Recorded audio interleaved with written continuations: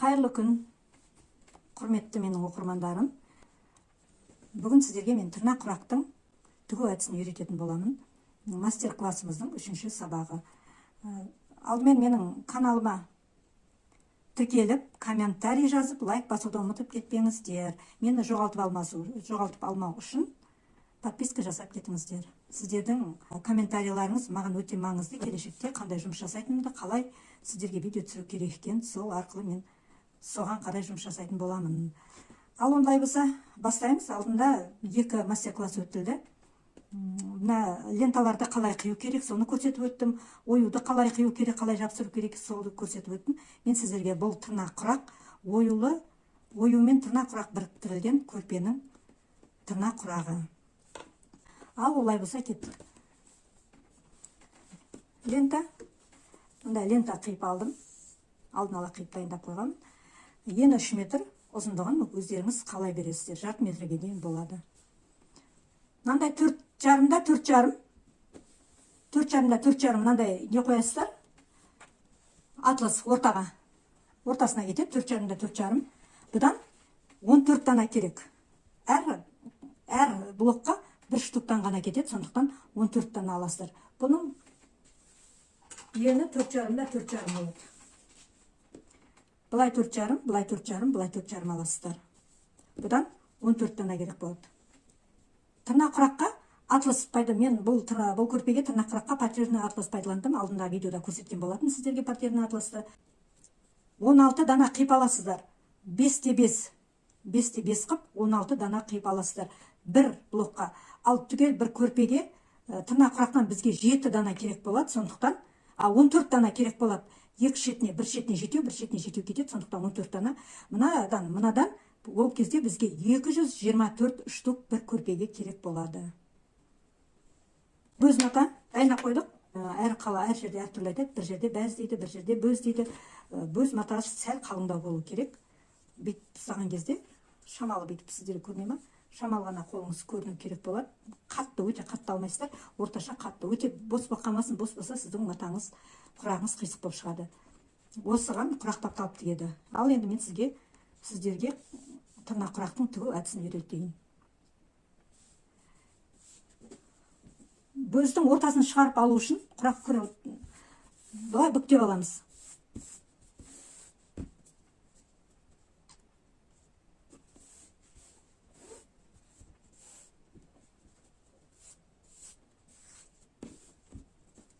Мінекеңіз, ортасы көрінді. Немесе сызғышпен бүйтіп былай сызып аламыз. Ортасын тауып қойып алдық. Енді мына шетін тіге бастаймыз. Бұл атлас, бағана ескертіп айтып өткенде атлас мата шетті цветник келеді. Сондықтан мен мұны 2-ге қойып аламын. Қазір мына шапты аттау қадамын 2-ге қойып аламын.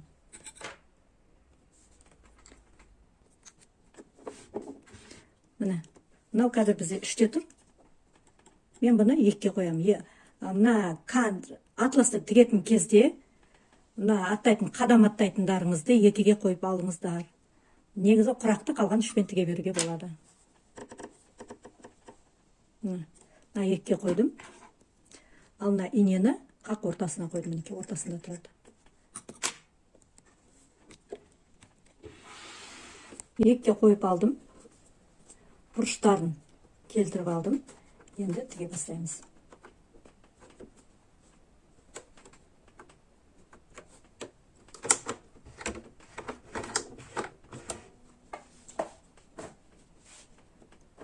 Алдыға шамалы жүреміз.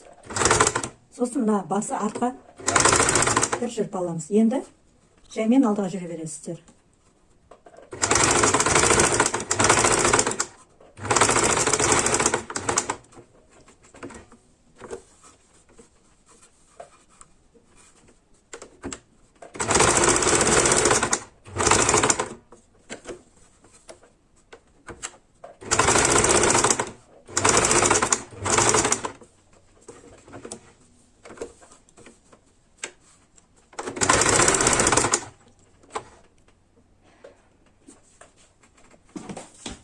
Лентаның түгін төмен қарай қоясыздар.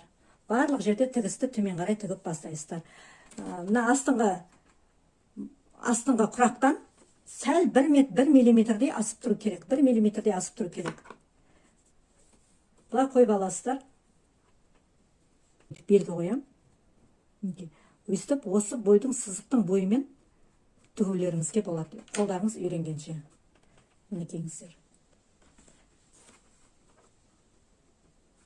Мына шетімен лентаның шетін бірдей қою керек.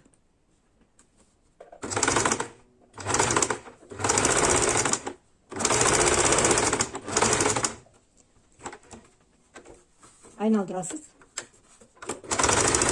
Машинаны артқа жүргізесіз. Енді мына үшке қоюға болады. Лентаны бүйтіп айналдырып тігіп өттіңіз ғой, мына нені, бұл атласты. Екімен. Енді мына лент қалғанын мынаны үшпен тіге беруге болады. Бүйтіп қиып аласыздар, сәл кішкентай шығып тұру керек. Үстіңгі лента астыңғы құрақтан сәл шығып тұру керек. Екінші құрақты қоямыз. Жаймен бүйтіп алақаныңызбен жатқызып аласыздар.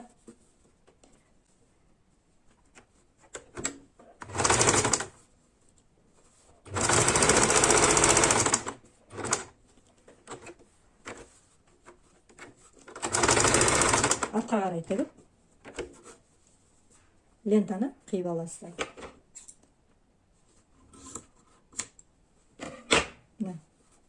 Мынандай шықты бізде. Кейде болады, мысалы, кейде былай қисық кетіп қалады, былай кетіп қалған кезде ленталарыңыз өте жалпақ болып кетпесе, жіңішке болып кетпесе, мына шетін жаймен бүйтіп тартуға болады. Тігетін кезде мына шетін бүйтіп қайырып тіксеңіздер білінбей кетеді. Бірақ желательно түзу тігуге тырысыңыздар екен, осы кезде көрпешелеріңіз әдемі шығады.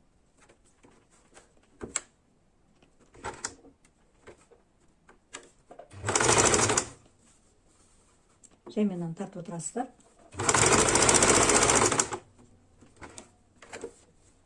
Артқа шегінеміз.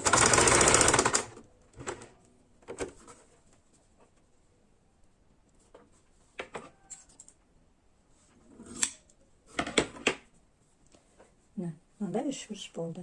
Енді төртінші жағын саламыз. Ол да дәл сондай тігіспен кетеді. Жектері міндетті түрде мына жегіне бірдей жекпен жек болуы шығып тұру керек. Мынандай екі шеті шығып тұра берсін. Өйткені екі шеті біздікі шамалы мынадан асып тұрып, көрдіңіздер ме? Сондықтан бұлай қоясыздар.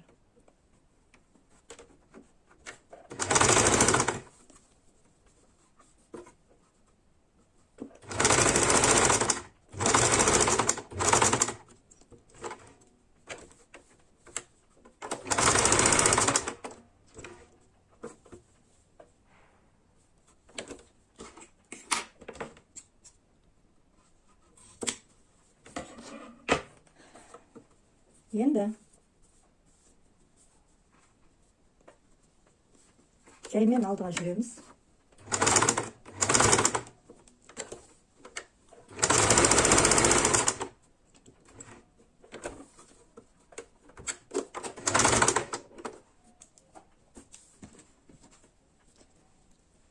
Мына 5-5 сантиметр, 5 сантиметр, 5 сантиметр, 5-5 сантиметрді мына жерге құрақшаға шетіне пайдаланамыз.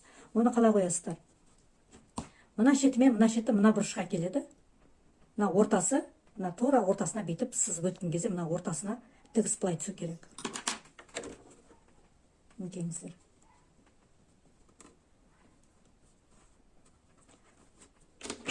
Қисып кетем десеңіздер, ручкамен жаймен сызып алуға да болады, немесе сызғышпен сызып алыңыздар. Сосын мына ортасын тура шығу үшін, мына ортасында бүйтіп алғашқы бір 4-5 блок тіккенше өйстіп сызып өтсаңыздар болады. Сол кезде үйренесіздер, соған жатып аласыздар. Егер шамалы сәл қисық кетем-ау десеңіздер, әбден 7-8 құраққа дейін тігуге болады.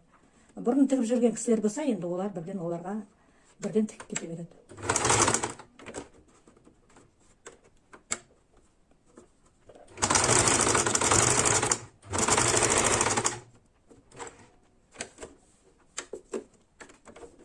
Шамалы артқа жүреміз.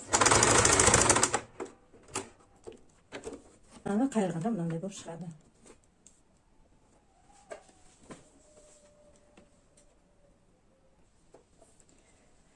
Екіншісінде осылай сызып аласыздар. Туралап сызып аласыздар ортасын.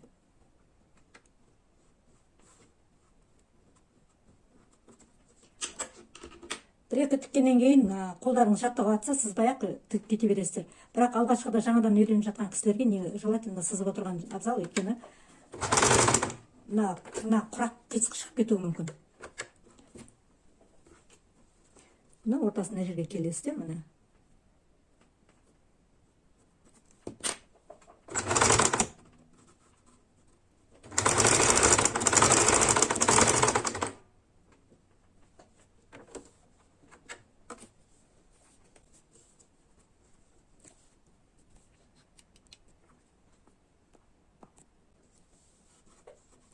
Үшінші.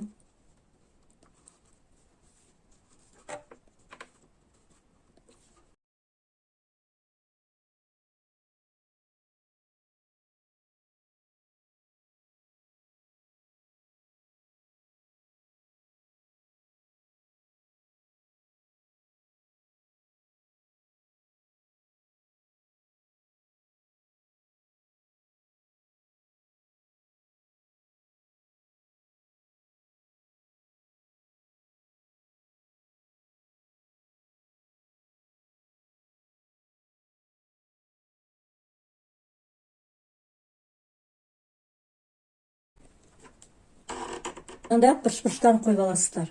Мына шетте шамалы шығып тұру керек, мына асты шығып тұрады, үсті де сәл шығып тұрады. Мына асын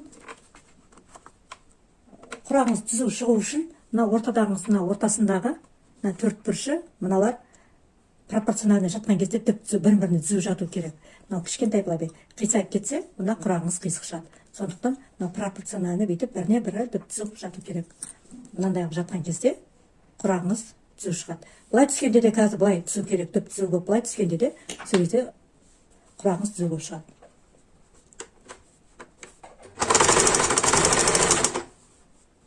Тартып отырасыздар.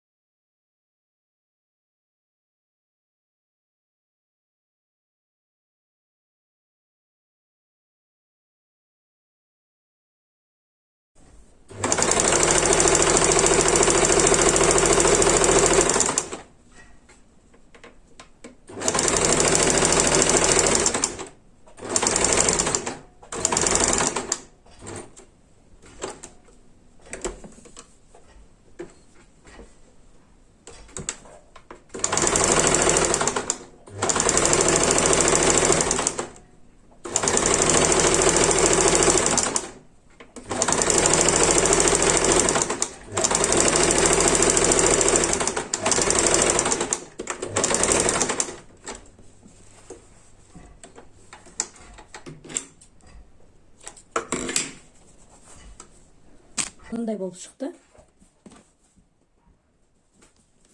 Жектерін қиып тастаймыз.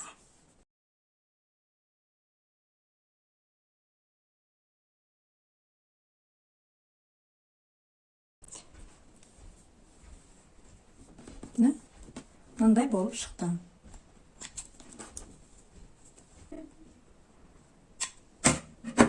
Осындайдан 14 дана тігіп дайындап қоясыздар.